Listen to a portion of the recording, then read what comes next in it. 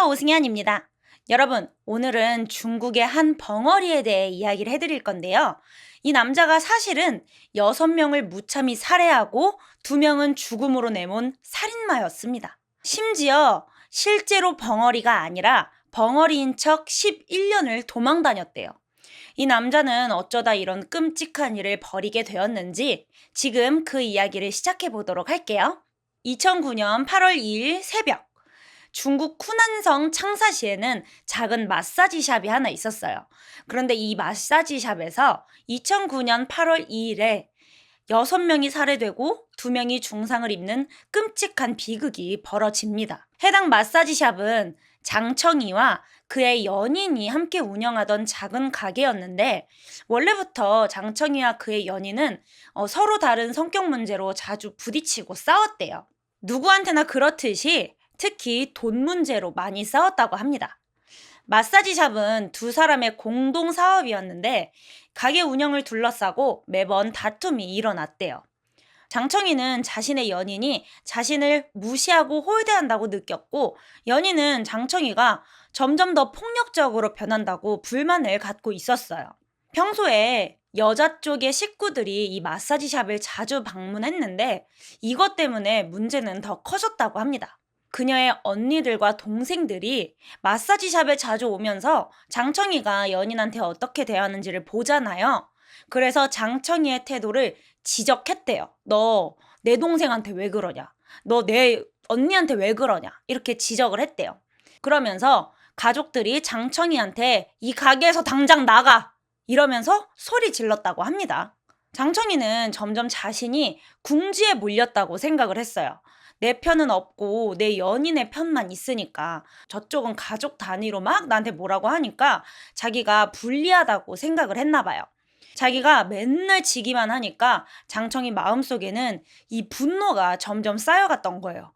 아, 나도 막 할 말을 하고 싶은데 말은 못하겠고 저쪽은 막 때로 덤비고 하니까 계속 쌓인 거예요. 그러다 매일같이 쌓여가는 분노를 억누르지 못하고 복수를 해야겠다라는 생각이 이 마음을 지배했다고 합니다. 그러다 결국 그는 자신의 연인과 그의 가족들을 포함해 가게 안에 있던 모든 사람들을 표적으로 삼았어요. 장청이는 평소 말수가 적었기 때문에 자신의 생각을 겉으로 드러내지 않았다고 합니다. 머릿속으로는 잔인한 계획을 막 세우면서 하루하루 계획을 구체화시켰어요. 겉으로는 아무렇지 않은 척 막 손님도 대하고 연인도 대했는데, 속으로는 이 사람들을 어떻게 하면 좋을까? 이 사람들이 날 무시했는데 날 무시한 벌을 받게 해주겠어. 이런 식으로 마음을 먹었던 거죠.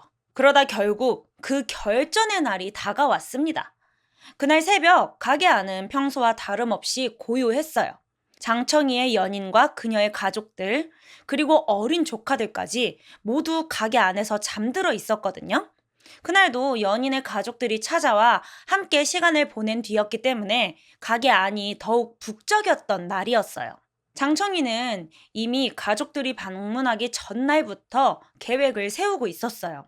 그는 한쪽 구석에 있던 둔기와 부엌에 있던 칼을 미리 손에 쥐고 있는 상태로 가족들이 웃고 떠들며 방에 들어갈 때도, 또 각자의 볼일을 보면서 시간을 볼 때도 조용히 그들을 지켜보면서 때를 기다리고 있었죠. 새벽 5시, 모두가 깊이 잠든 시간이에요. 모두가 깊이 잠들자 장청이는 천천히 움직이기 시작했어요. 그는 맨 처음엔 연인이 잠들어 있는 방으로 들어갔어요. 장청이는 방에 들어간 뒤에 자신의 연인이 잠든 모습을 한동안 이렇게 바라만 봤대요. 그녀가 잠든 모습을 보면서 잠깐은 망설이는 것 같았지만 곧바로 둔기를 들어 연인을 무참히 내려치기 시작합니다. 그 다음은 그녀의 언니와 동생들이 있는 방이었어요. 같은 방에서 자고 있던 언니와 여동생은 비명을 지르면서 저항했지만 그는 멈추지 않았고 언니와 여동생을 무참히 공격했어요. 침대와 바닥은 순식간에 피로 물들었고 방 안은 비명으로 가득 찼대요. 그런데 문제는 방 한쪽에서 자고 있었던 갓난아기였습니다. 이 갓난아기는 고작 1살밖에 안 됐었는데 아기는 비명을 듣고 울음을 터뜨렸고, 장청이는 자신의 범행을 숨기기 위해 이 1살짜리 갓난아기마저 무참히 살해한 거예요. 아니, 어떻게 하다 갓난아기까지 살해를 할 수 있죠? 마지막으로 그는 거실로 향했어요.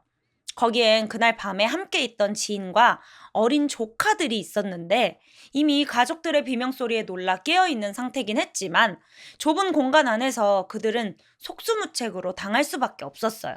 그렇게 장청이는 둔기와 칼을 번갈아 사용하며 남은 사람들까지 무참히 공격했습니다. 조카들은 소리치며 도망가려 했지만 장청이는 끝까지 쫓아갔대요. 모든 범행이 끝난 후 가게 안은 마치 지옥과도 같았대요. 바닥은 피로 흥건하지, 곳곳에는 깨진 가구와 흉기들이 흩어져 있지. 정말로 지옥이 따로 없었습니다. 그런데 기적적으로 2명이 살아남았어요. 그 중에는 장청이의 연인도 있었는데 연인은 둔기에 맞고 쓰러지긴 했지만 가까스로 살아남아 공안에 신고했대요. 신고를 받고 출동한 공안이 마주한 현장은 진짜 그야말로 참혹했습니다. 문을 열고 들어간 공안이 피로 물든 바닥과 사방에 흩어진 흔적들을 확인해 봤어요.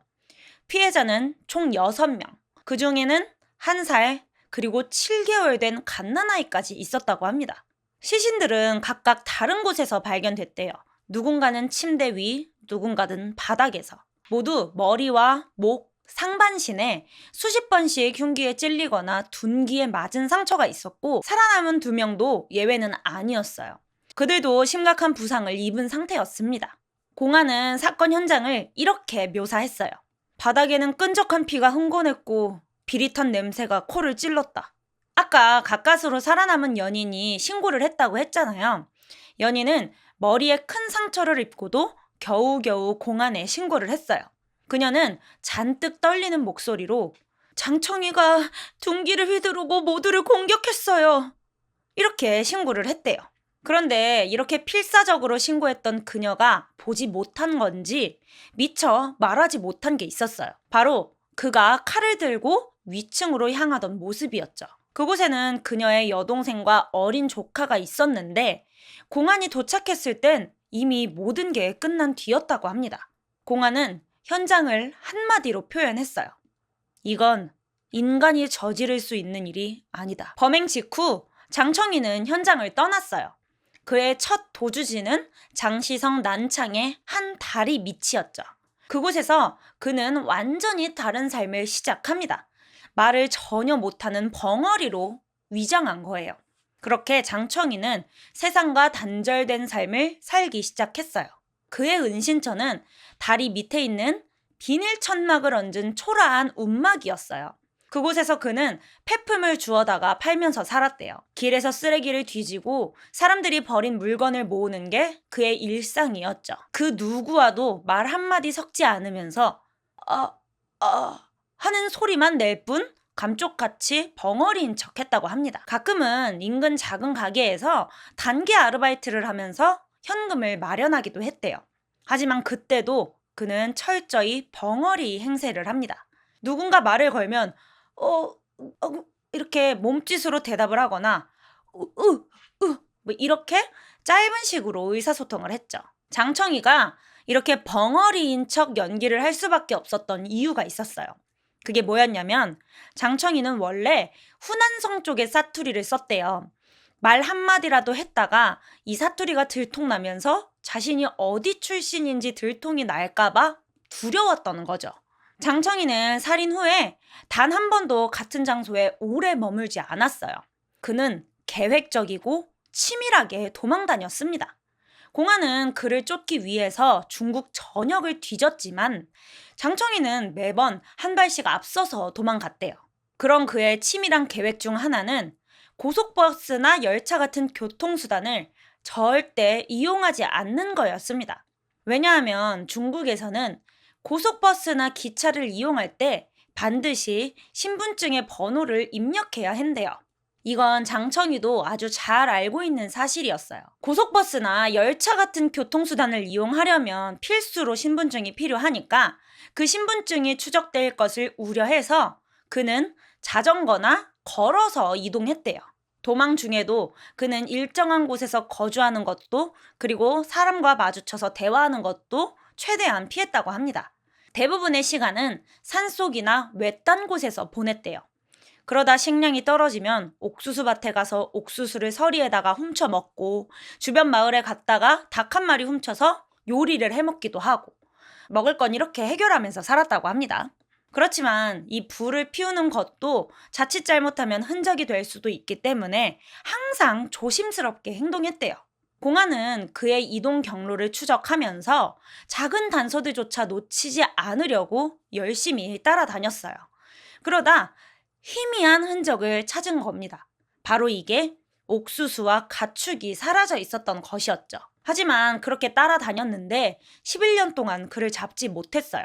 공안 내부에서는 11년 동안 그를 잡지 못하니까 이런 의문이 제기됐대요. 장청이가 정말 살아있는 게 맞아? 이미 죽은 거 아니야? 그렇지 않고서야 이렇게 11년 동안 안 나올 리가 있겠어? 그가 이미 사망했을 거라는 소문도 돌았어요. 그러나 공안은 결코 포기하지는 않았습니다. 놈은 생존 본능이 가느니까 반드시 어딘가에 살아있을 거야. 그렇게 시간은 흘러 2020년 12월 9일. 이날은 장청이의 11년간의 도주가 드디어 끝이 나는 날이었어요. 그는 중국 장시성 난창의 한 공사장에서 말 못하는 벙어리인 척, 평범한 노동자인 척 일하고 있었어요. 그날 공안은 아주 치밀하게 계획을 세우고 공사장을 포위했어요. 공안은 그가 도주할 수 없도록 건물 입구와 출구를 모두 봉쇄했고 동시에 공사장의 다른 노동자들한테 협조를 구했어요. 공사장 안에 있는 누구도 그를 의심하지 않는 척 평소처럼 행동했다고 합니다. 장청이는 다른 노동자들과는 어울리지 않고 묵묵히 일만 하고 있었어요. 누군가 말을 걸면 몸짓으로 대화를 하고 짧은 소리를 내면서 벙어리인 척을 했죠. 주변 사람들은 그를 단순히 불쌍한 노동자 정도로만 여기고 있었어요. 그날도 그는 건물 5층에서 시멘트를 평평하게 펴는 작업을 하고 있었대요. 공안은 공사장 동료를 이용해서 그를 자연스럽게 아래층으로 유도했어요. 저기 장씨, 다른 데서 일 좀 도와줘 라는 동료 말에 장청이는 별 의심 없이 따라 내려왔다고 합니다. 그런데 1층에 도착한 순간 공안은 장청이를 둘러쌌어요. 공안은 곧바로 그의 얼굴과 준비된 사진을 대조하면서 물었어요. 너 장청이 맞아? 장청이는 아무런 말도 하지 않았지만 이제 다 끝이라고 생각했는지 조용히 고개를 끄덕이면서 모든 걸 인정했대요. 공안은 그의 정체를 확인하자마자 체포했고 그는 더 이상 아무런 저항도 하지 않았다고 합니다. 그런데 주변에서 이 장면을 목격한 동료들은 얼마나 놀랐겠어요. 동료들은 전부 그 자리에서 얼어붙었대요. 내가 알고 있던 벙어리가 사실은 6명을 잔인하게 살해한 A급 수배범이라니. 그날 이후 벙어리라는 그의 가짜 이름은 사라졌고 장청이의 진짜 정체가 드러나게 됐죠. 장청이는 체포된 후에 법정에 곧바로 섰어요. 6명을 살해하고 2명을 중상으로 만든 잔혹한 혐의로 기소되었고 2021년 7월 법원은 그에게 사형 선고를 내렸습니다. 장청이는 살인죄로 인한 사형과 함께 정치적 권리도 박탈당했어요. 장청이는 뭐가 억울했는지 곧바로 항소했대요. 그렇지만 2심에서도 결과는 변하지 않았습니다. 법원은 그의 범행이 지나치게 악랄하고 사회에 미친 충격이 크다면서 원심을 유지했죠. 결국 중국 최고인민법원에서도 사형이 최종 확정되었습니다. 그렇게 2023년 11월 24일 장청이의 사형 집행날이 다가왔어요. 그는 감옥에서 신원 확인 절차를 마친 뒤 형장으로 곧바로 이송되었어요. 중국은 장청이의 사형 집행 사실을 대대적으로 공개했죠. 마침내 그는 총사령으로 생을 마감했습니다. 장청이의 범죄는 중국 사회에 큰 충격을 안겼어요. 6명을 무참히 살해한 그의 잔혹한 행동은 단순히 개인의 분노로는 설명할 수 없는 일이었죠. 특히 연인을 포함한 가족을 타겟으로 한 범행은 더욱 충격적이었어요. 11년간 이어진 그의 도주는 중국 공안의 끈질긴 추격으로 끝이 났습니다. 중국 법원은 이 사건을 통해 잔혹한 범죄에 대한 무관용 원칙을 다시 한번 강조했어요. 장청이의 결말은 정의의 실현으로 끝이 났지만 그가 남긴 상처는 오랫동안 기억될 것 같네요. 지금 구독하지 않으면 더 중요한 사건들을 놓칠지도 모릅니다. 바로 구독하고 확인하세요.